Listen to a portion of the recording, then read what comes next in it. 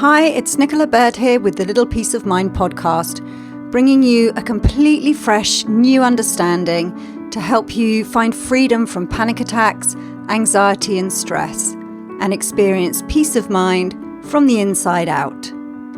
In today's episode, you'll hear me talking with John el-Mokadem. John is a very dear friend of mine. He's been around the principles for a long time that we teach and share about on this podcast. He was a fellow apprentice of mine with Michael Neal back in the day, and we've kept in touch ever since. John, I wanted to bring onto this podcast for reasons that I'll explain, but there's something about John that every time I hang out with him, he wakes up the wisdom in me. And sit back and enjoy this podcast because I'm hoping he's going to do the same for you. So one of the reasons I wanted to get John here on this call today is because so many of the people that come to me at the moment say to me, I've got health anxiety. Can you help me with this? Is your program, can your work, can this thing you keep talking about, this understanding, can it help with health anxiety? And I was a little, not confused, but I hadn't really come across the term before. So I was asking people, what do you mean by health anxiety? What does that phrase mean to you? Because the closest I could come to it in my own experience was having migraines and the fear I used to have about migraines. And when I used to constantly scan my body at all times for any sign of migraine and try and pre-plan all the time, and anything that I sort of caught out the corner of my eye to me was an indicator of migraine, and I had to go into panic mode about that. And so that was the closest I had. So I actually went to my group and asked them for some examples so that I could get clear on what is this thing called health anxiety that people have. Right? Now have this thing called health anxiety. So I just wanted to read you a couple of those so that if you're listening to this, this may resonate for you if you're not sure or you think you might have health anxiety as well. Okay. So one person said, and I'll read you a few of these, John, and then we can sort of kick off the conversation. So one person said, I can get very anxious about my breathing. Am I going to stop breathing? Am I breathing enough? Too much? And when I'm in an anxious state, breathing becomes constricted and difficult, which adds to the anxiety. I've been checked out for asthma a couple of times and I don't have it. And this has been helpful up to a point. It's been an issue since I was a child. And she actually says, I could go on, but I'll only make myself more anxious, interestingly. Okay. And then so there's the physical symptoms there. And then someone else is talking about when someone talks about their diagnoses, about what I term as scary diseases, I can feel this sense of dread and anxious feelings in the area of the body they're talking about. I then think I have the same ailment, or I'll get it as well, and the whirring worry starts. And when I read this, it appears daft. It's as if I'm feeling the symptoms just from typing these words, right? And one more. Hi, Nicola, this is a massive one for me. I'm terrified of doctors and hospitals generally. I can't have my blood pressure taken reliably at the doctor's surgeries. It's always high when I'm there and my heart races. Sitting in the waiting room, I can feel myself getting increasingly anxious. I seem to have an issue with being monitored in any way, as I'm always anticipating something going wrong, which makes me anxious and affects the process that's actually being monitored. I've had medical staff get very grumpy with me. I also worry constantly about symptoms I experience and always jump to the worst possible conclusion. I'm really bad too, even if it's someone else who's ill. My mum has recently been very sick and in hospital, and just visiting her is a real challenge for me.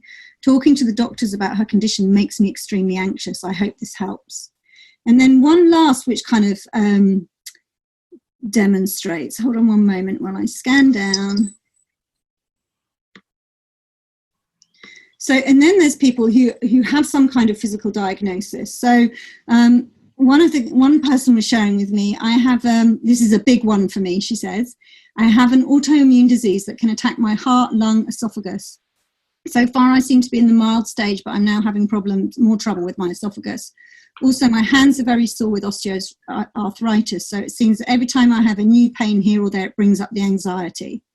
So when I get these waves of anxiety, it scares me and I start into what if thinking. It's interesting, I don't fear death at all, as I know where I'm going. It's the suffer and pain along the way that frightens me. So there's there's people, they seem to fall into different camps where people are scanning. If they even hear about other people's anxiety, it sets them off, in their words, it triggers them. There's people who are actually experiencing pain from a physical condition. And there's also, in other areas, there are people very concerned about medication and side effects of medication, and the medication itself is making them anxious. So there seems to be, it's this really nebulous kind of collection of anything to do with, it's almost like it's how physical health and mental health are related to each other is the kind of overriding topic. And the reason one of the reasons I wanted to bring you onto the call, John, is John does a lot of work. His one of his kind of specialisms, if you like, is working with people with chronic fatigue syndrome. And I know that this must come into play with the clients and the work that you've been doing, this interaction of the physical and the mental symptoms.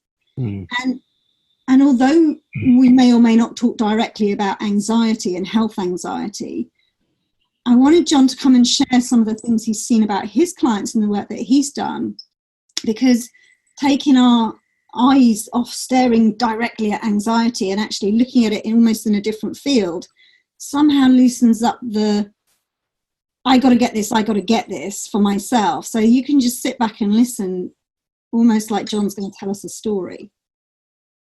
So, right, John, I'd love to come to you and just tell us about what you hear in that, or like what that reminds you of in the work you've been doing with your clients as a starting place. Well, it looks to me like all of us are looking for one thing, right? And that is a unshakable knowingness that we are okay, and a level of comfort in our own skin. And the problem is that we are making up all the time what we think is going to give us that, right? So in the if we take the kind of people that I work with, they make up that they need to be free of their symptoms in order to be okay. Now, what that means is that they're now placed on red alert for the presence of any symptoms. And in the case of chronic fatigue syndrome, what's at the heart of it is an overstressed nervous system. And if you therefore are on red alert for the presence of symptoms, you are therefore more likely to create symptoms, which then starts this self-perpetuating cycle. So worry about symptoms creates symptoms, which means I then worry about the more, which then creates more symptoms, etc., etc., etc. So ironically, the actual scanning for the symptoms is causing the very thing they fear. Right. So I remember having a client who was actually on my study, and her biggest insight was that the thing that she thought was protecting her, which was the monitoring and the scanning for symptoms and whether she was going to be okay, was actually the thing that was making her sick. And when she really saw that, it was like, well, why would I do that anymore? And it completely undid the whole process. And that was actually the thing that made the biggest difference for her. So at the heart of it, it's what I said at the beginning. We're looking for that sense of okayness. We're looking to know that we're okay. And with anxiety, a part of what is we can end up saying, well, I'll only be okay when I experience a subset of symptoms, subset of emotions, right? So it's all right if I'm happy. It's all right if I feel blissed out. It's really not okay for me to feel depressed. It's really not okay for me to feel anxiety. Or a pain in my teeth, or pain in my back, or problems with my esophagus, right? Right. Then what we're saying is that, okay, my okayness is a function of experiencing either an absence of pain or a certain subset of emotions. Now, you've set yourself up to fail from the very beginning there, because the nature of our human experience and the nature of our feelings is that they ebb and flow with our thinking, and we aren't in control of that thinking. So the problem becomes we now have placed ourselves on red alert for anxious thinking. And then, of course, when anxious thinking shows up, we end up in a really bad place. So we try to get away thinking, we resist it, which is even more anxious thinking and anxious, resistance. So it actually makes it worse. Yeah. Now, why do we do that? Well, we do it because it really looks to us like the feeling of anxiety is giving us objective data and information about our life, when it actually isn't, right? All it is just the ebb and flow of thought throughout our minds. And the nature of that thinking is that when we see it for what it is, well, it becomes easy for it to come in and come out. It passes through us. But those of us with a resistance to feeling anxiety actually end up feeling it more and more, because we're now in resistance to it. We're now saying, oh no, that anxiety is relevant. I better do something. Maybe it's about my life. Maybe it's about my health. Maybe it's about symptoms. And so we end up holding on to it, looking for the thing in our life that we think is suddenly going to solve the anxiety, which is coming from a misunderstanding of what the feeling really means. Right? The feeling is just the flip side of thought. So as someone who used to have panic attacks, I remember when I really started to see this, the last time I had a panic attack was about 3 years ago. And I was strangely sitting in a sushi restaurant in Westfield Shopping Center, waiting for my sushi.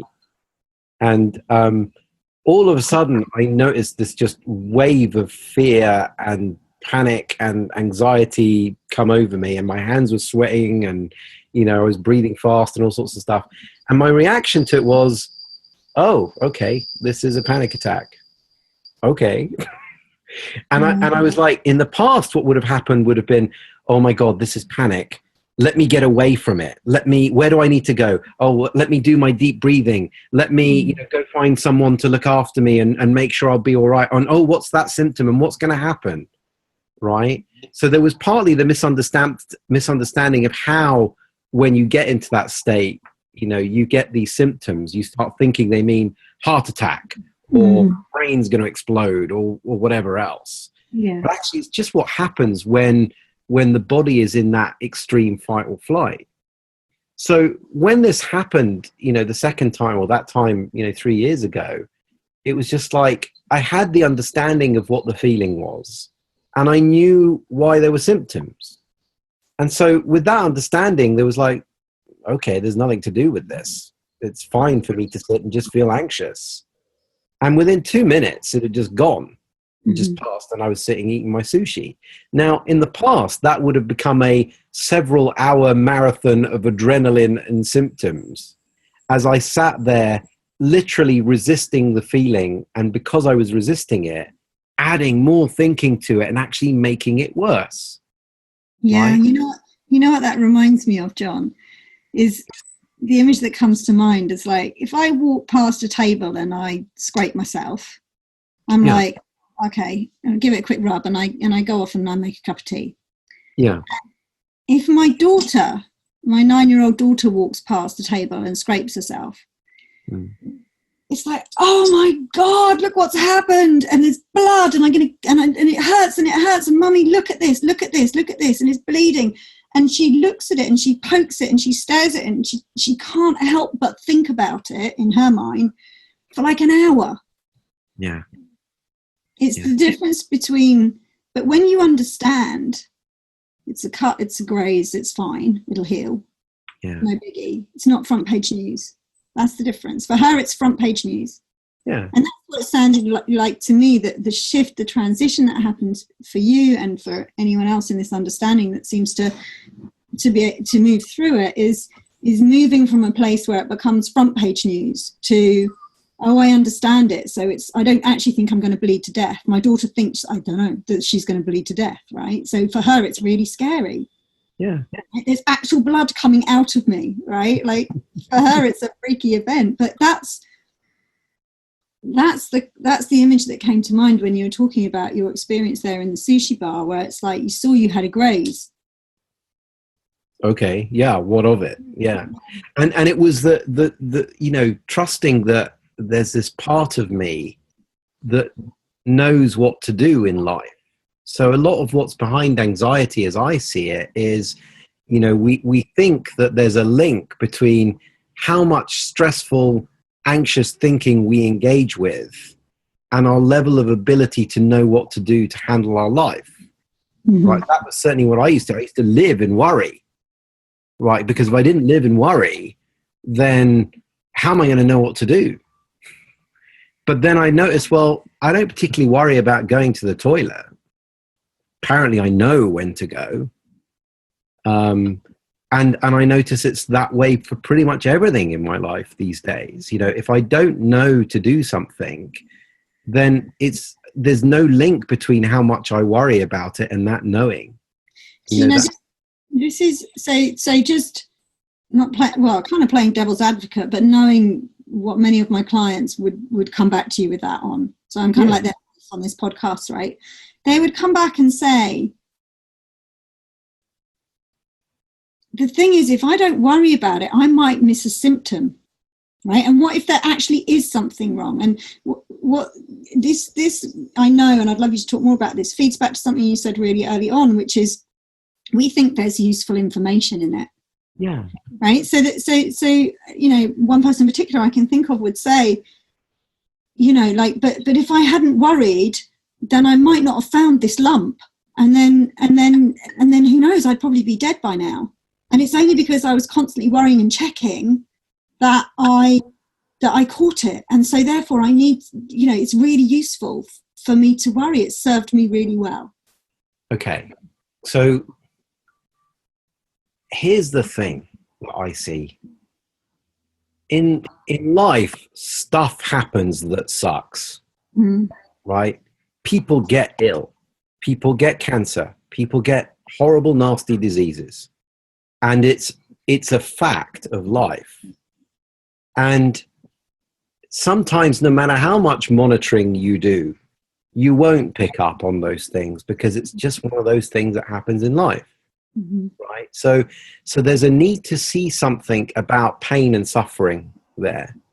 Right. So one of the reasons why we are monitoring for those symptoms is because we are to suffer.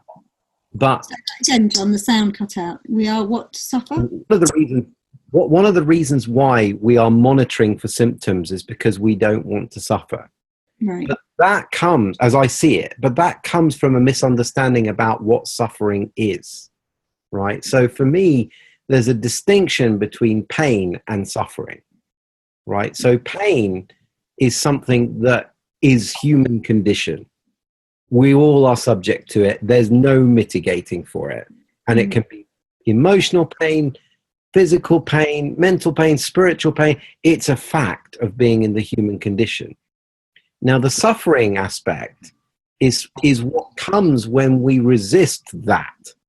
When we say, well, I shouldn't feel pain, well, that then creates the suffering, right? Because we aren't in control of what happens, right? So there's a need to see that actually there's a possibility to be okay, even with cancer, even with chronic fatigue, even with, nasty degenerative diseases. And we see examples of it all the time. Now, what is it that we can look at that begins to help us with that? Well, one of the things that I see is that on some level, and I'm sure you've talked about this in your program, our resilience is not coming from the absence of pain. It's coming from the fact that our minds have this infinite ability to adapt to whatever life throws at us. So yeah, in the moment, I'm not denying if something was to happen to me and I was to get diagnosed with a nasty disease, yeah, I'm probably not going to be very happy, to be honest with you.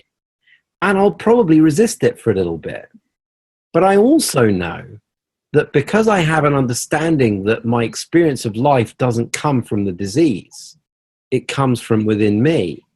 Well, there's an infinite potential for that mind to settle.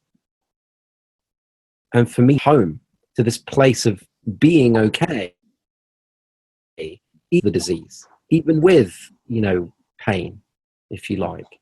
Now, the suffering would come if I didn't realize that was where my experience was coming from. It would come if I was going, well, no, I really have to be free of the disease to be okay. Well, that then places us into a permanent turmoil of resistance, which drives us crazy and creates more suffering as a result.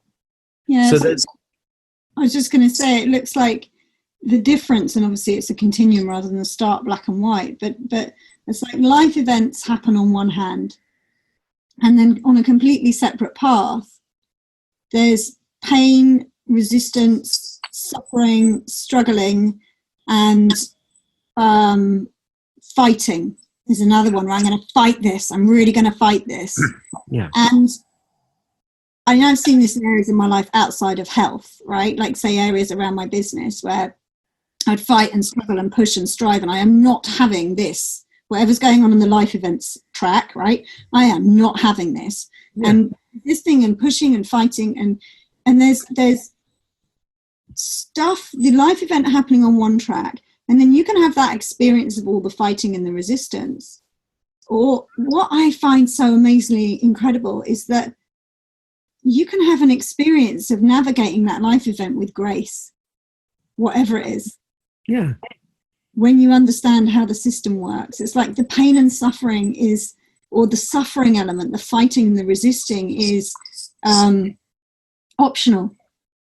Right. Like, it's not like, oh, I choose the pain, but it's not obligatory. It's not compulsory. There are a million other experiences of that life event on offer, and that's what you're talking about. Like, we see people who have cancer, go through divorce, get bankrupt, like have sick kids, and they do it with grace.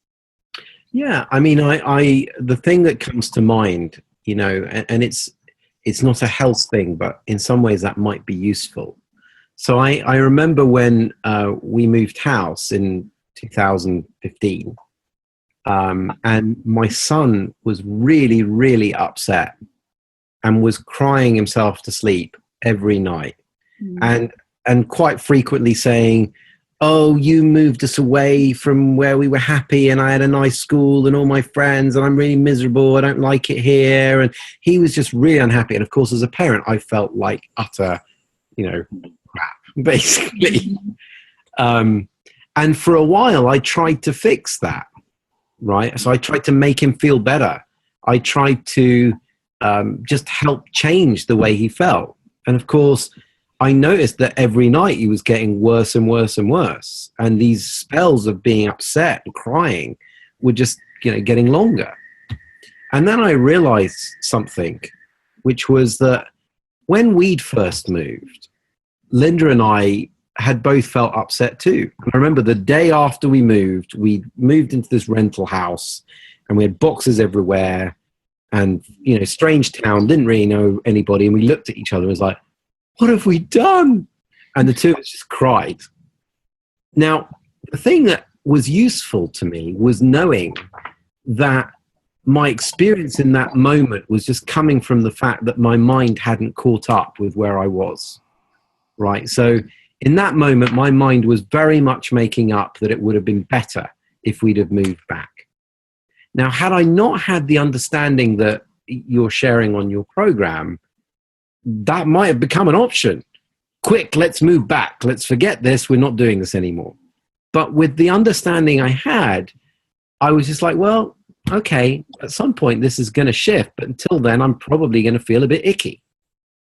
Now, when this came back to mind and I was one day experiencing one of these situations with Max, I went upstairs and he started as usual, oh, you moved us and why did you do it and all this sort of stuff. And I just said a few simple things to him. I firstly had stopped seeing him as broken. I remembered how I'd been. And then I said to him, I said, Max, you know what? Mummy and Daddy were really upset too when we moved. And I said, all I can say to you is, at some point you won't be, but until then, it's just really fine that you are. Mm. And there was something about that that suddenly took off the table the idea that he needed to be free of his upset. And within 2 weeks, he was just fine, because I'd stopped seeing it as a problem that he felt that way. And I knew that's the key. That's the key. It's Yeah. that we're not happy being uncomfortable. right. We feel like being in anything other than a happy state is not okay, and therefore needs to be changed. Yeah. And it's like, actually, the entire range of the human feelings and experiences are valid and legitimate. It's just when we've got anxiety, well, we're being told, no, it's wrong to be anxious, or no, you can't be functional if you're anxious, or you can't do your job, or whatever it may be, you know. And it's the same. I see this with depression too. So I had somebody that came to see me, had been 3 years in therapy with depression and antidepressants and all kinds of stuff, and not really getting anywhere. And I said something really simple to her. I said, what's wrong with feeling depressed? I said, it seems to me that every single human being I know has moments of feeling really, really low. And I do too. And the big problem is not that we feel that. The big problem is that we really think that in order to be okay, we have to be free of that feeling. Mm-hmm. And all that does is ground us in the feeling for much longer, right? Because it gives us thinking about where we are. It's the same as with Max. He was low. And of course, I was feeding the illusion that he shouldn't feel low, which made him feel even more low. Yeah. So what if it was just fine that we felt the way we did? And that actually knowing the nature of it and seeing that actually that feeling is just the flip side of where our mind goes sometimes and where our thinking goes sometimes. It's not data about our life. It's not data about me or my situation or my worth or my ability or whatever it is that we make up. It's none of those things. It's just some fearful thinking that we get from time to time. Now, I know when you're talking at the moment, I know there are people who are going to be listening to this podcast right now going, well, my anxiety does mean I can't go to work. It does mean that I can't travel with my family. It means that I can't go out with my friends. It means that, I'm worried about being ill all the time and I have to keep checking in with the doctors and like that's real, that's true. Like how do I change it? It's not possible for me to even conceive that having anxiety is okay. It's not okay. And therein lies where the work is, right? Exactly. For me, that was the thing that moved me through into freedom from caring about it, right? Which is the key, right? Was seeing that, I could have anxiety for the rest of my life and never leave my house again, and actually I'd be fine. Which sounds completely weird when you don't see that, and I didn't see that for such a long time. And then one day I just did, and I can't tell you how, but I just had this realization of what John is pointing to. But this is like, I want us to be able to provide something helpful to people who are the others, like before that realization, who are like, it's not okay. It inhibits and limits my life. It's not normal. Everyone else doesn't seem to have it. It's only me, and it feels dreadful. And I can't go to work. I can't even earn a living. How could I not care about this? It rules my life. Well, there's so much in what you just said. I mean, there's so much in what you just said, right? Which is so much of the anxiety is coming from the idea that it's my job to navigate my life, right? That's part of the problem. Right. Say more about that. Well, when it looks to us like our experience and well-being is something to do with the circumstances of our life, it really looks to us like it's our job to navigate it. And my experience of that is we're pretty lousy at that job. I certainly was. And as it turns out, we don't need to do that when we realize that our experience of life isn't coming from the circumstances. That's why you can have people who have everything on earth, right? They can have all the money, all the status, all the cars and everything else, and they can be miserable as hell. Mm-hmm. Because it isn't those things that make them okay, right? What makes us okay is in part seeing where our experience comes from, and also in part seeing something about spiritual truth. You know, one of the things that I have noticed with people on my CFS study is that the ones that struggle the most are the ones who don't see a fundamental intelligence behind life. Mm-hmm. So it looks like life is on them, right? It's all their job to figure it out and control it and make it look a certain way. And yet you can't do that, and you don't need to. There's something at work underneath all of that that actually is working life. So on some level you can observe it. So you had somebody who was talking about their breathing. Well, what happens when you're asleep? Right? Something's doing that. It's getting it done. You know, your heartbeat is being done. Your digestion is being done. Can you imagine trying to take control of your digestion? Can you imagine that? Oh, I've eaten an apple. Right, let's decide which enzymes need to be secreted and how much stomach acid needs to come out. And let me make sure I contract the muscles to get the apple to go down. We aren't doing that. Mm-hmm. It's being done, as is new thinking, as is creativity, as is knowing when to go to the loo, as is all of that stuff. It's not something that you and I physically control.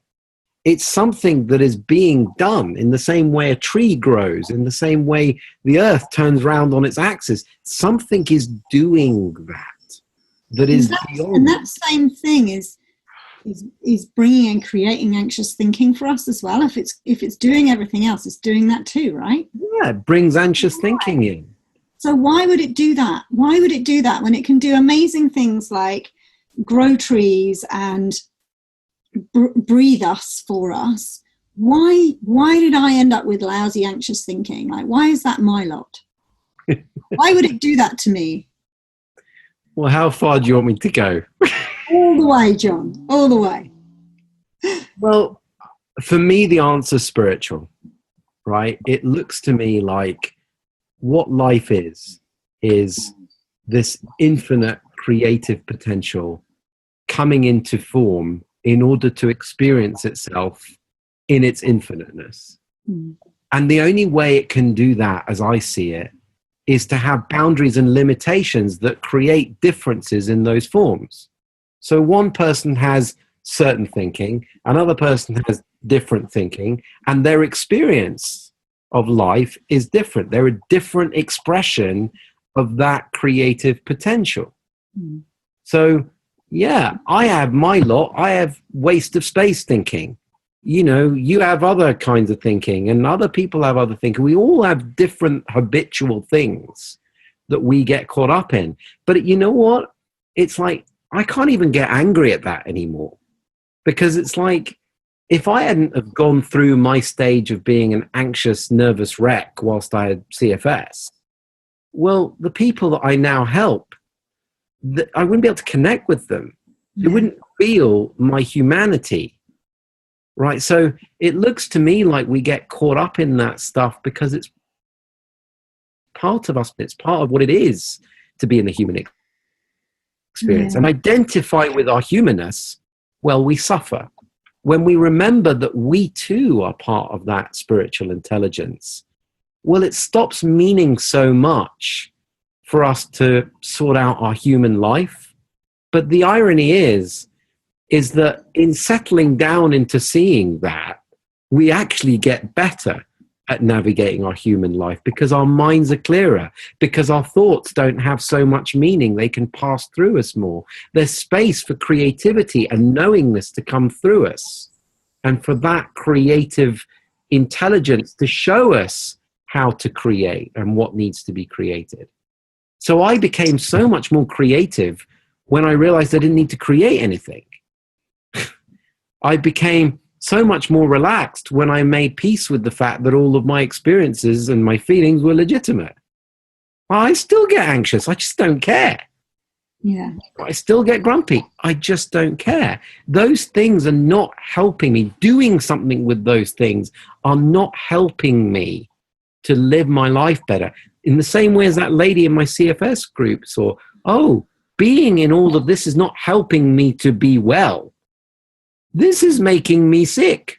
Yeah. It's breaking my body down by virtue of stimulating my fight or flight response, which has a physiological effect on the body. It suppresses the immune system. It alters our hormones. It creates inflammation and pain, right? So all the while she thinks that being in all the stressful, anxious thinking is protecting her. No, that's why you've got symptoms. That's why you've got no energy. That's why I got migraines. Right. So there's a need to, a part of it is the understanding, but there's a need to make peace with ourselves where we are. Right? So it's not about, oh, right, then let me get rid of it. It's like, well, no, you might have anxiety for a while, but what if that's just fine? You see, the problem is that we're going, no, I've got anxiety and I shouldn't. That's why you get panic, right? It's just fear about fear. But what we're doing is fighting our human condition. We're fighting what it is to be human.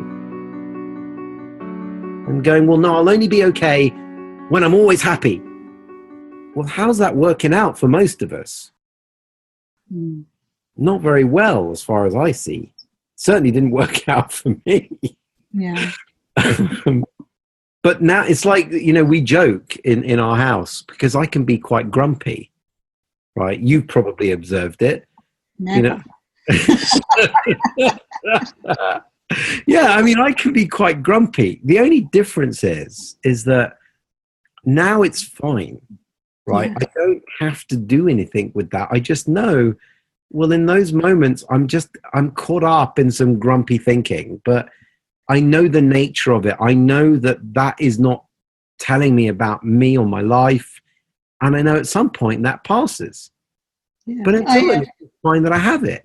I had a classic example of that this morning where my daughter was kicking off about her hair, which is her latest thing to get screaming and shouting about. Oh yeah, we have that one. Yeah, and it hasn't, and it's I've had some real cool insights over it, and I found I haven't lost my rag at all over the last sort of month or so when she's been doing this relentlessly every morning. Anyway, this morning I did, for some reason, just got like upset by it, fed up of basically she got back into her pajamas 3 minutes before we were due to leave for school and refused to go to school. And it's too hot and nobody slept well, and she was throwing the hairbrush around the place and digging her nails into the kitchen counter so hard she was gouging bits out of the wood. Anyway, I ended up getting cross and upset about the whole thing, and so got her into school. And then sat down, came back, emailed my husband. I'm not going to come with you when you go on the family day on Sunday. B is grinding me down. This behaviour is doing my head in. I need a day off. I need a break. I basically don't want to be around her for that day. Can you take her? And I sent the email, and then I took the dog out, and about half an hour later he rang me. My husband rang me and said, "Are you all right?" And I'm like, oh yeah, well, it's just, I was just on a rant. It's okay. And he's like, I don't know what to suggest. I don't know what we need to do about her. And I'm like, well, there's nothing to do. Like, it's fine. Don't worry about it. It's okay. And he's like, no, like maybe we should be doing something to help sort her out. Like maybe there's, and are you okay? Like maybe let's work out a way to give you a break on a Saturday. And I'm like, oh no, it's fine. I was just having a rant, and I'm all good. We're all good. That's it. Tomorrow, and and that's where I saw, like, either I can get het up about this every morning, or I can have this happen and just live my life with grace until we get to the summer holidays. Yeah. And the grace is not, oh, right, I'm coming back to a happy place. No. Yeah, that's what you're sharing is the grace is, yeah, I'm having a rant. Yeah. And full stop. But seeing that me having a rant made it look like there was a bigger problem than there was, that it needed fixing, that it needed stuff to change in our circumstances. That's it. To not be around her for me to be okay. And all this kind of stuff. But because of this understanding, like, I didn't catch it in the moment. Obviously, I sent the email and I thought all the thoughts were really true. Yeah. But then I wake up out of it again so fast, and I'm like, no, there was never any information in that state of mind. There wasn't any information in there. That's it. And just when we were talking as well about, like, why me? Why did I get anxious thinking then? Like, why did I get landed with that one? And something that I see that's really helpful to me is, and it's back to the same thing I was just talking about. There's events on one hand, and then there's our experience of them on the other. And what to be able to see that I can have health things come up in my family, behavior things come up in my family, anxiety come up in my life, but all on the one track, and on the other track is my experience of them. And we think that that anxiety comes with built-in, like, horrible, nasty, low, depressing, scary feelings with it, right? That seems to make sense. But like you said about your CFS, for me it looks like, what a gift in that I get to hang out and do the work that I do every day because of the fact that I experienced anxiety. And when people come into my program, I'm like, I'm so pleased you've got anxiety.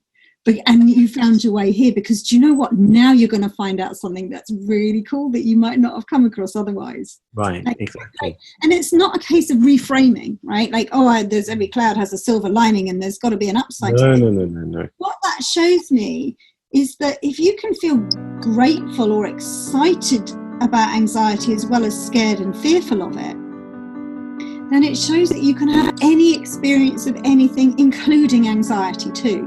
Like, you don't have to be scared of it. It's not compulsory to be scared of anxiety. There's a million other different thoughts, therefore experiences of anxiety that are on offer. You don't have to be glued to that one. And it's just seeing that kind of, the anxiety bad, this is what you've been pointing to for the whole thing. It doesn't have to be anxiety bad. Mm-hmm. Like, it's just, like you say, it's part of the human condition, and there's a million different ways of feeling about it. And it's not that you have to get better thinking about your anxiety. It's that if you just get a glimpse of the fact that, I didn't even know that was possible, to not be fighting my anxiety all the time, or not be scared of my anxiety. That in itself is a realization. It's a deepening in your understanding about how the system works. And that realization all on its own will open up the space for a new experience. You don't have to try and put a new thought in there, because, as John was pointing out earlier, we don't get to control what thoughts that come through, but that realization kind of like opens a space for new thought and a new relationship with your anxiety. Yeah, I mean, if I think about, at my worst, how anxious was I, and how frequently? Well, most of the time. How often do I feel anxious these days? Yeah, I have my moments, but I'm not even monitoring for it, to be honest with you. I mean, I know I do get anxious, but how much, how often, I couldn't tell you, because it's not a thing.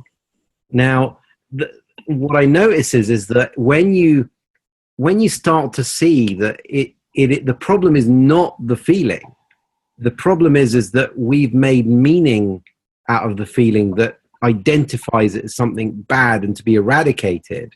That then makes it a much more prominent part of your experience, and actually stops the flow of new thinking, which can create different experiences. So it becomes our life. And of course, when it becomes our life, the resistance gets even bigger.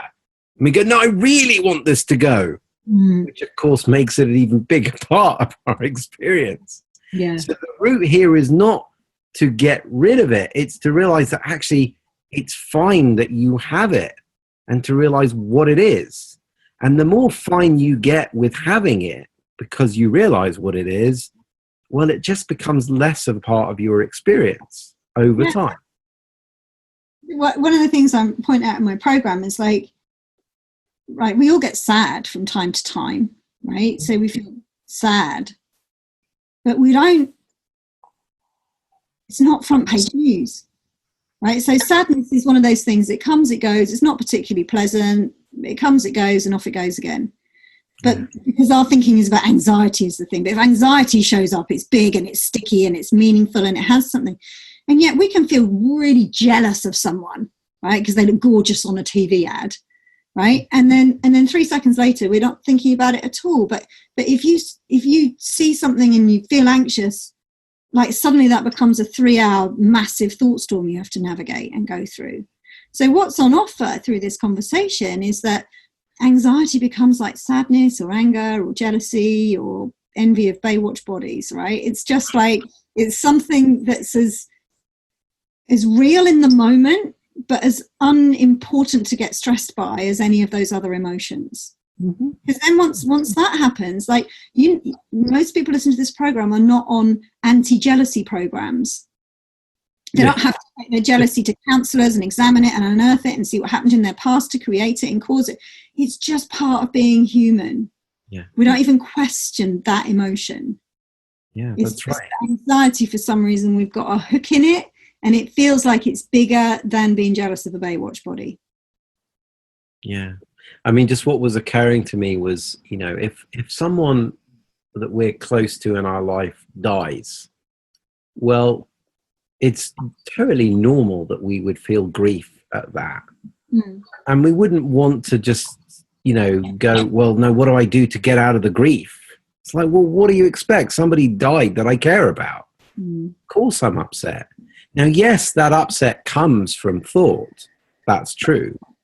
But it's not something we need to get rid of. It's actually a really normal, like, imagine if something happened, God forbid, to one of my kids right now, it would be really odd for me to not be upset about it. I mean, I know the possibilities there, but there's a part of me that would want to experience that. It wouldn't seem to me to be a problem that I experience. It would seem to be almost abnormal in a way. And yet I would also know that, like any other thought, feeling, it too can pass, it too can change. And actually I can still function with that grief, if that feeling of grief was there, when I know it's nature, right? If I'm not in resistance to it. But it's like, if I was in resistance to it, well, that would fill my mind. It would make me not very creative. It would make me not very able easily to do the things that I want to do. So when people say, well, this stops me from working, well, actually, it's not the feeling that stops you from working. It's the idea that you shouldn't have it before you go and do your work, right? And it's one that I know intimately well, because when I first used to do trainings, I used to get very, very nervous and, would be spending a lot of time running to the toilet and, sweaty hands and all sorts of stuff. And I would do techniques to get rid of it all, or try and get rid of it all. And I would say at best, I managed to fake myself into a place where I wasn't anxious. But as a trainer, I was rubbish, because my mind was so full of tools and techniques and what I was going to do to combat my anxiety. Wasn't even present to the people in the room. I wasn't even picking up on where they were. I was too busy thinking about me. So when I realized that actually getting rid of the anxiety was not a prerequisite to doing a good job, I just started showing up and being anxious. I even told people about it. And what it meant was the fact that I was not resisting it and adding more thinking to it to try and combat it all. Well, there was so much more space for me to just be present with the people in the room and to allow a creativity to come through me that showed me how to work with the people in front of me. So again, there's misunderstandings that, once corrected and addressed, mean that the resistance to anxiety or any feeling starts to drop away. That's just one example of a misunderstanding people have. Oh, I can only work when the anxiety's gone. It don't work that way. I bet you get that with the clients with CFS as well, right? Like I can't work because I'm so tired and my body aches the whole time, which means I can't go to work.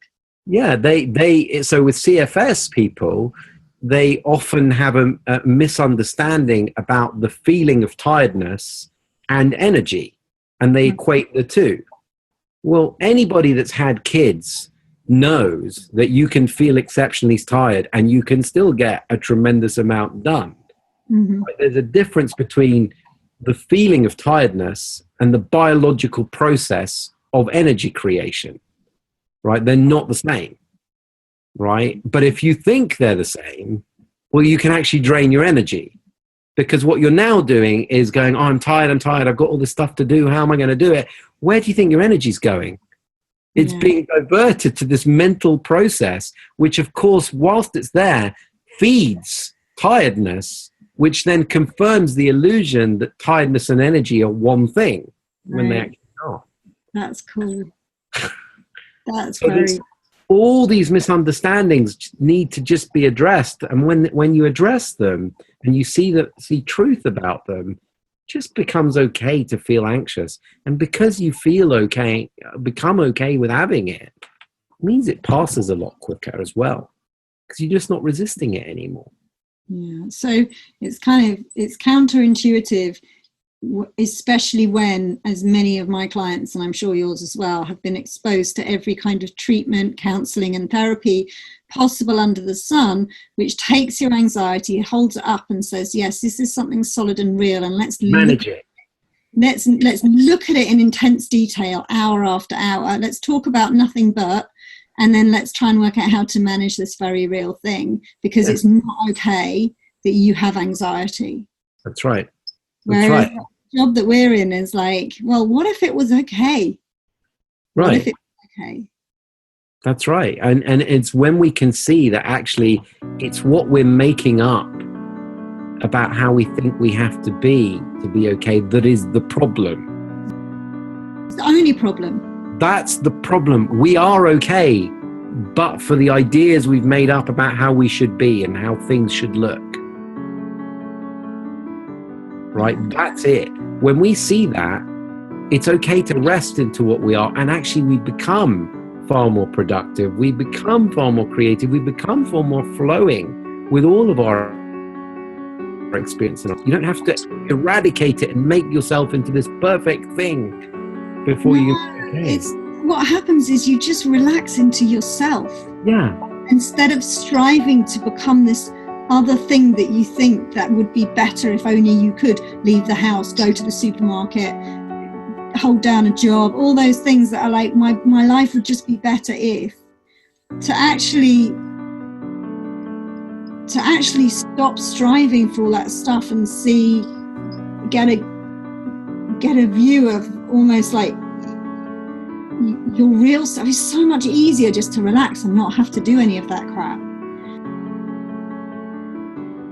And just be happy in your own skin, which is coming full circle to what you initially started with. And ironically, counterintuitively, you just find yourself at the supermarket one day. That's right. That's how it works. Suddenly, oh, I'm doing that? Oh, okay. How did that happen? Right.